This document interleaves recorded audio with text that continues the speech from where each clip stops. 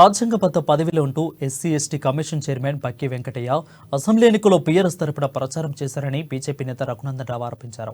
ఈ మేరకు గవర్నర్ తమిళిసై సౌందరరాజన్కు కలిసి ఫిర్యాదు చేశారు. ఎన్నికలకు ముందు దుబ్బాక నియోజకవర్గానికి చెందిన వెంకటయ్యను గత ప్రభుత్వం ఎస్సీ ఎస్టీ కమిషన్ చైర్మన్గా నియమించింది. అతని భార్య సర్పంచ్గా కూడా వ్యవహరిస్తున్నారు.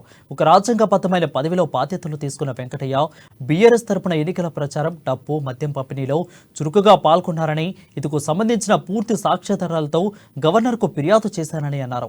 అధికార హోదాను దుర్వినియోగానికి పాల్పడిన వెంకటయ్యను వెంటనే ఆ పదవి నుంచి తొలగించి అతనిపై చర్యలు తీసుకోవాలని కోరారు. దుబ్బాకలో జరిగినటువంటి ఎన్నికల సందర్భంగా ఆ రోజు బీఆర్ఎస్ పార్టీ అభ్యర్థి ప్రభాకర్ రెడ్డి గారితో కలిసి చాలా సందర్భాల్లో ఎన్నికల ప్రచారంలో పాల్గొనడం జరిగింది.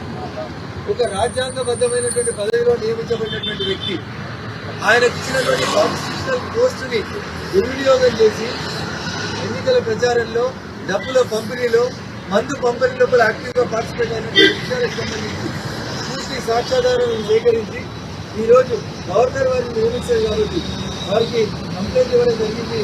వారి ఎన్నికల సందర్భంగా వివిధ గ్రామాల్లో కూడా టీఆర్ఎస్ శ్రేణులు కండవాలు వేసుకొని తిరుగుతున్నటువంటి శ్రేణులతో తనకిచ్చినటువంటి ప్రభుత్వ వాహనంలో తిరుగుతూ ఎన్నికల ప్రచారాన్ని నిర్వహిస్తున్నారు శ్రీ బక్కి వెంకటయ్య గారు, చైర్మన్ ఎస్సీ కమిషన్.